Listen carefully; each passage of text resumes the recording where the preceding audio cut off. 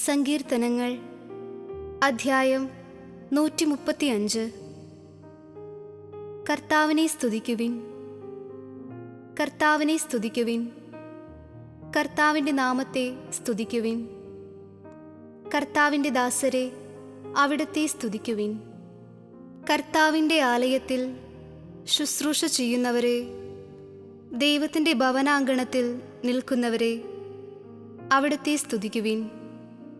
കർത്താവിനെ സ്തുതിക്കുവിൻ. അവിടുന്ന് നല്ലവനാണ്. അവിടുത്തെ നാമം പ്രകീർത്തിക്കുവിൻ. അവിടുന്ന് കാരുണ്യവാനാണ്.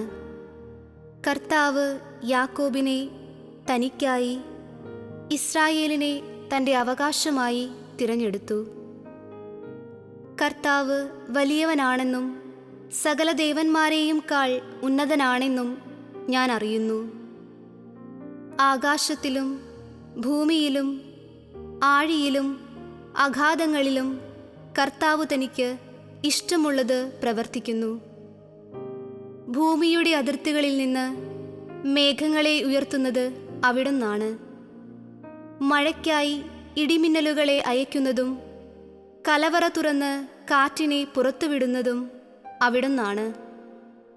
അവിടുന്നാണ് ഈജിപ്തിലെ മനുഷ്യരുടെയും മൃഗങ്ങളുടെയും കടിഞ്ഞൂലുകളെ സംഹരിച്ചത്.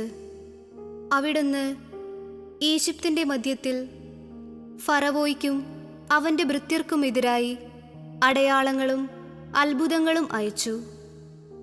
അവിടുന്ന് അനേകം ജനതകളെ തകർക്കുകയും ശക്തരായ രാജാക്കന്മാരെ വധിക്കുകയും ചെയ്തു.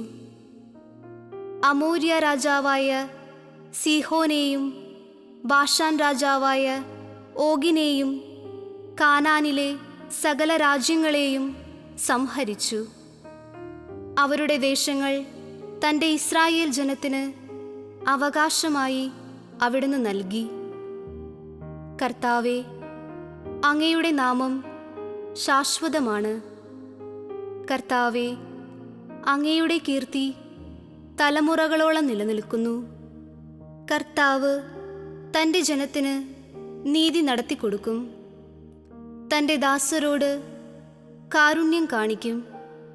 ജനതകളുടെ വിഗ്രഹങ്ങൾ പൊന്നും വെള്ളിയുമാണ്, മനുഷ്യരുടെ കരവേലകൾ മാത്രം. അവയ്ക്കു വായുണ്ട്, എന്നാൽ സംസാരിക്കുന്നില്ല. അവയ്ക്ക് കണ്ണുണ്ട്, എന്നാൽ കാണുന്നില്ല. അവയ്ക്കു കാതുണ്ട്, എന്നാൽ കേൾക്കുന്നില്ല. അവയുടെ വായിൽ ശ്വാസമില്ല. അവയെ നിർമ്മിക്കുന്നവർ അവയെപ്പോലെയാകട്ടെ. അവയെ ആശ്രയിക്കുന്നവരും അതുപോലെ തന്നെ.